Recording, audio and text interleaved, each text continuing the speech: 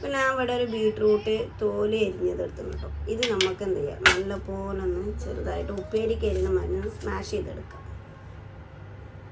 അപ്പോൾ നമ്മൾ ഇതുപോലെ സ്മാഷ് ചെയ്തിട്ടുണ്ട്. ഇത് ഉപ്പേരിക്ക് എരിഞ്ഞാണ്, നമുക്ക് വേണ്ടത് കുറച്ച് ചാറ് മതി. അപ്പോൾ എന്ത് ചെയ്യുക, ജസ്റ്റ് ഒന്ന് എടുത്തിട്ട് ഒരു പാത്രത്തേക്ക് ഒന്ന് തിരിഞ്ഞ് കൊടുക്കാം. വെള്ളം ചേർക്കാതെ കിട്ടുന്നതാണ്. നമ്മൾ ഈ ബീട്രൂട്ട് ചാറിലേക്ക് നമ്മൾ എന്ത് ചെയ്യുക, കുറച്ച് കടലമാവ് ഇടാം.